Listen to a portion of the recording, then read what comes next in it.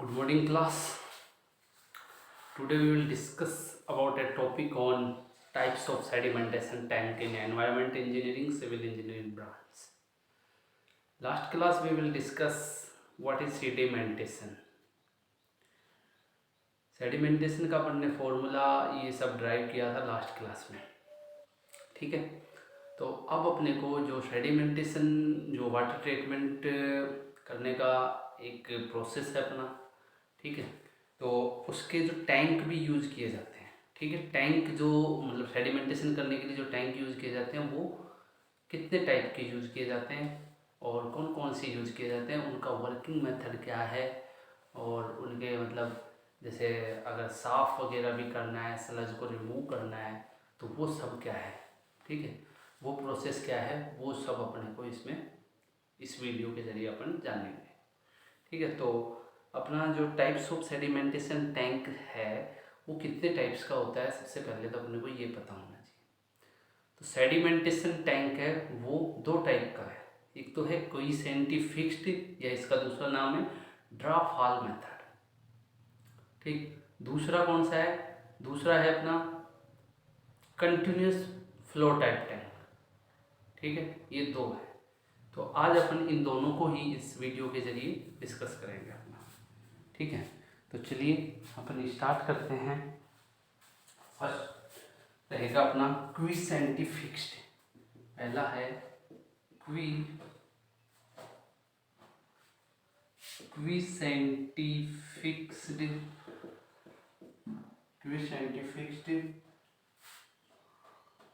Type tank या फिर draw and fall tank, ठीक है। इस टाइप का ये टैंक पहला अपने को ये डिस्कस करना है। इसमें देखिए ये इस टाइप का क्या होता है कि these are types of tank in which flow of the water is completely stopped. These are the these are the these are types of tank in which these are types of tank in which flow of the water is completely stopped. Flow of water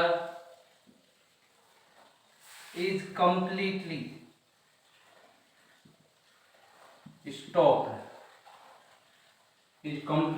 stopped for 24 hours, for 24 hours,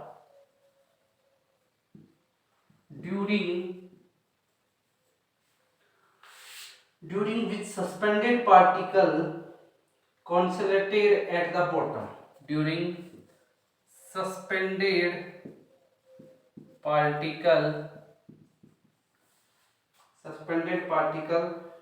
consolidated at the bottom of the tank, particle consolidated at the bottom of the tank, leading to the bottom of the tank, leading to the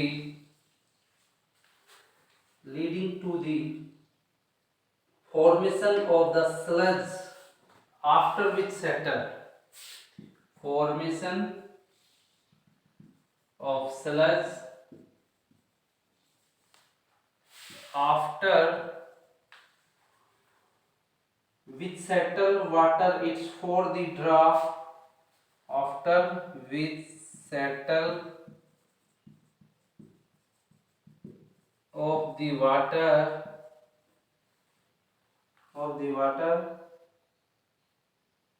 it's for the draw out, it's for the draw out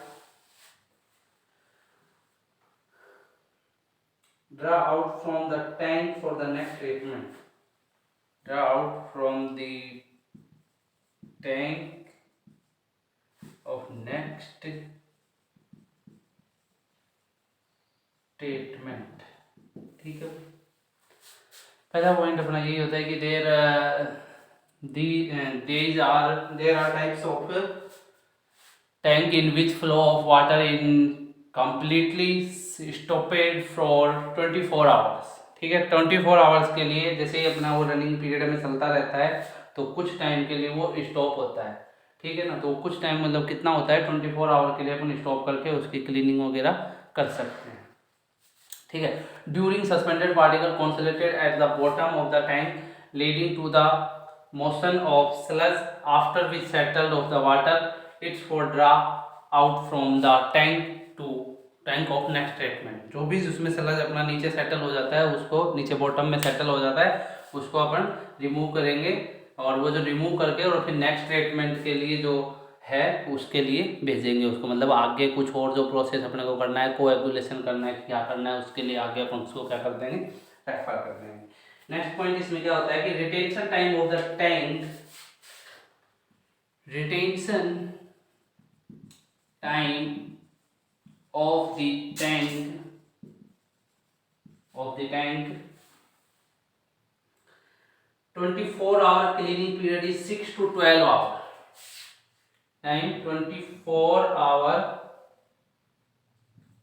cleaning period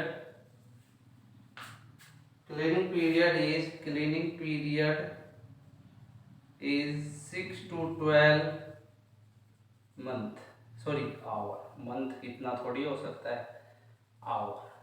ठीक है, मतलब जो retention time होता है ना, जो cleaning का जो टाइम होता है वो कितना लेंगे अपन, 24 आवर में से 6 to 12 आवर अपन क्लीनिंग के लिए ले सकते हैं, मतलब जो सलज वगैरह जो उसमें जम जाती है उसको रिमूव कर सकते हैं। ठीक है, नेक्स्ट क्या है कि these tank are design for the treatment of next maximum daily demand. These tank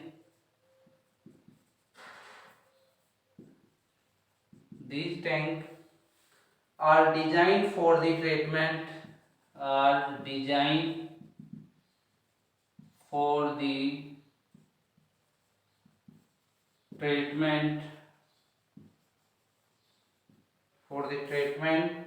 of next maximum daily demand, of next maximum daily demand।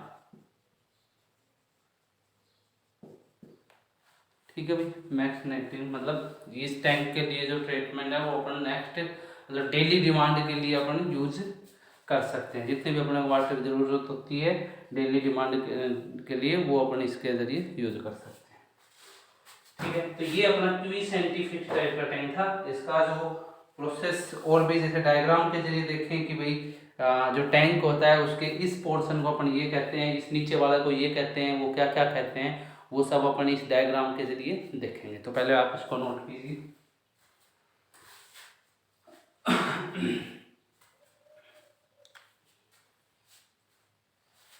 चलिए, हो गया होगा। चलो,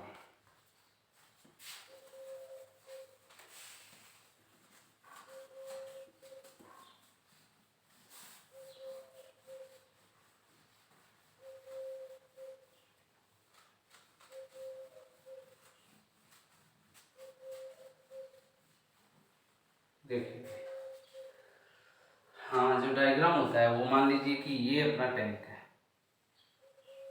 ठीक है, ये अपना कोई टैंक है, इसके अंदर वाटर अपना मान लीजिए यहाँ तक फील है, ये इसका वाटर लेवल है। ठीक, सस्पेंडेड जो पार्टिकल हैं जो नीचे सेटल होंगे वो मान लीजिए ये हैं, और वो ऐसे नीचे सेटल हो रहे हैं। ठीक है, और ये वाला जो पोर्शन है नीचे वाला, ये है अपना स्लज। इसमें जो इकट्ठा होगा वो बना के क्या होगा, स्लज, जो किससे मिलके बनता है, वाटर प्लस सॉलिड। ठीक है, ये पूरा पोर्शन यहाँ से लेके यहाँ तक का होता है सेटलिंग जोन। ठीक, और ये पोर्शन होता है स्लज जोन। Sludge zone. ठीक है भाई, ये अपनी क्या है, लेंथ, जिसको अपन एल से डिनोट कर लेते हैं। इस हाइट को अपन कितना ले लेते हैं, एच। ठीक है, और इधर से यहाँ से अपन रो वाटर क्या कर रहे हैं, फिल कर रहे हैं, रो वाटर फिल। ठीक, और यहाँ से जो सेटल्ड वाटर है उसको अपन ड्रॉ कर रहे हैं, सेटल्ड वाटर ड्रॉ। ठीक है भाई,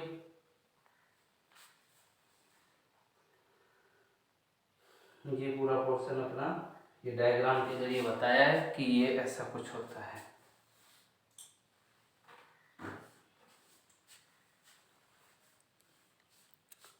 इसको नोट कर लीजिए। अब देखिए, इसमें एक बात और आती है, अपने वॉल्यूम जैसे निकालना है। ठीक है, वॉल्यूम निकालना है इस पूरे का, तो वो अपन कैसे निकालते हैं। एक चीज़ पहले, डिस्चार्ज का जो फ्लूइड मैकेनिक्स में भी आपने पढ़ा होगा, डिस्चार्ज का जो फॉर्मूला होता है वो अपन कैसे कैसे करते थे। वो देखिए, अपन ऐसे करते थे कि एक तो होता था Q बराबर A इंटू डी होता था। ठीक है, और एक ये भी होता था Q बराबर V अपॉन टी भी होता था। ठीक है, Q बराबर V अपॉन टी। ये तो किस केस में था कि मान लीजिए कोई अपने को एक निश्चित एरिया का कोई चीज़ दे रखा है और उसमें से वाटर फ्लो हो रहा है, तो वो कितने स्पीड से फ्लो हो रहा है, कितना वाटर उसमें से निकल रहा है। ठीक है, डिस्चार्ज हो रहा है, तो वो उसके लिए तो अपन क्या लेते थे, Q बराबर A इंटू वी ले लेते थे। ठीक है भाई, और ये इसका मीन्स क्या है कि Q बराबर V अपॉन टी, मतलब कितने टाइम में, टी टाइम में अपना कितना वाटर उसमें से फ्लो हो रहा है। ठीक है, कितना वाटर उसमें से निकल रहा है, डिस्चार्ज हो रहा है। ठीक है, तो उसको अपन क्या बोलते थे, Q is equal to V upon T से निकालते थे। सेम एज अपने को यहाँ पे एक तरह से इसका वॉल्यूम निकालना है, तो वो अपन कैसे निकाल सकते हैं अभी, कि volume V is equal to Q D into T D. ठीक है, V is equal to Q D into T D, ऐसे करके निकाल सकते हैं। ठीक है, इसको आप अच्छे से बना लीजिए। फिर अपना नेक्स्ट वाला जो अपना कंटिन्यूस फ्लो टाइप टैंक है उसकी बात करते हैं।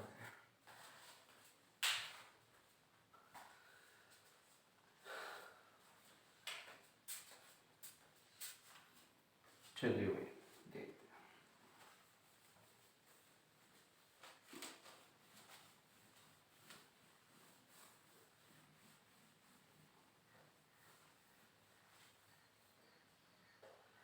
सेकंड है कंटिन्यूअस फ्लो टाइप टैंक।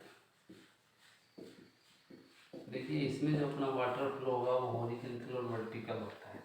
तो पहला पॉइंट अपना इसमें ये हो जाता है कि these are the type of the tank flow of the water, these are type of tank, type of the tank flow of the water with salt, type of tank flow of the water, flow of the water with salt in continuous, with salt in continuous either in vertical or in horizontal plant, either in vertical or horizontal plant, in order to carry out the settlement, in order to carry out the settlement, carry out the settlement of this particle, according to which settlement of this particle which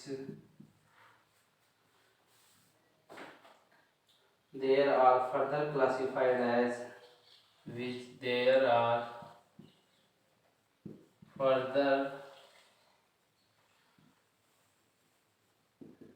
classified as vertical flow type and horizontal flow type tank. Vertical flow type and horizontal flow type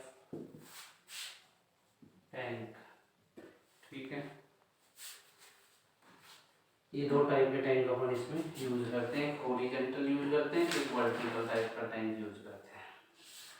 ठीक है, और इसमें वैसे पूरा दे रखा है, लेकिन अपने को इतना कुछ इसमें जानना नहीं है, जितना अपने यूज है उतना ही जानना है।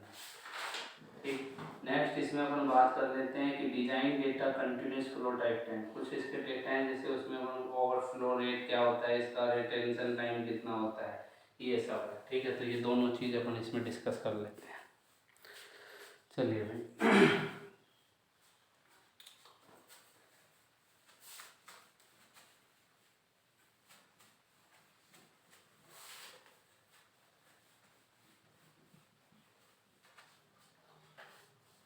Design data continuous flow type tank. Design data continuous flow type tank, जिसके अंदर पहला है अपना ओवरफ्लो रेट। ओवरफ्लो रेट, इसकी रेंज दे रखी है, it is in the range of 12,000 to 18,000। 12,000 to 18,000, कितनी रेंज दे रखी है इसकी? 12,000 to 18,000। 12,000 to 18,000 एक रेंज ये दे रखी है इसकी। Litre per metre square per day. ठीक है भाई, ये तो किसके लिए? For plain sedimentation tank. For plain sedimentation tank. ठीक, और भाई and 24,000 to 30,000 litre per metre square per day for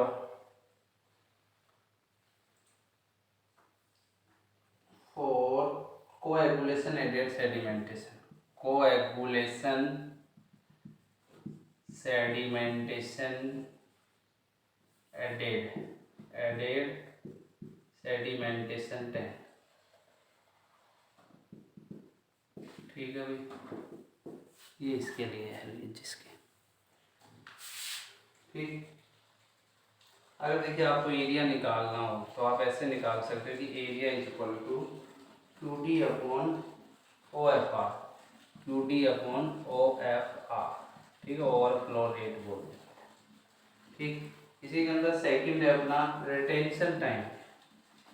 retention time, इसकी भी एक रेंज दे रखी है भाई। इसकी रेंज भी प्लेन सेडिमेंटेशन के लिए, प्लेन सेडिमेंटेशन के लिए तो है, उसके लिए तो है 4 to 8 आवर। ठीक है, और कोएगुलेशन एडेड सेडिमेंटेशन के लिए है भाई, उसके लिए दे रखी है 2 से 4 आवर। ठीक है भाई, 2 से 4 आवर इसके लिए। तो ये दो चीज़ें इसके डिजाइन पैरामीटर के बेसिस पे हैं, तो इनको तुम दिमाग में ज़रूर रखना। अच्छी चीज़ें हैं दोनों। इसके लिए 12,000 18,000, इसके लिए 24 to 30,000 होता है। ठीक है, रिटेंशन टाइम 4 to 8 और 2 से 4 कोएगुलेशन एडेड के लिए। ठीक है, आज के वीडियो में अपना इतना ही था, और जो भी बातें हैं अपन आने वाले अपने नेक्स्ट वीडियो में बात करेंगे। ठीक है, थैंक यू।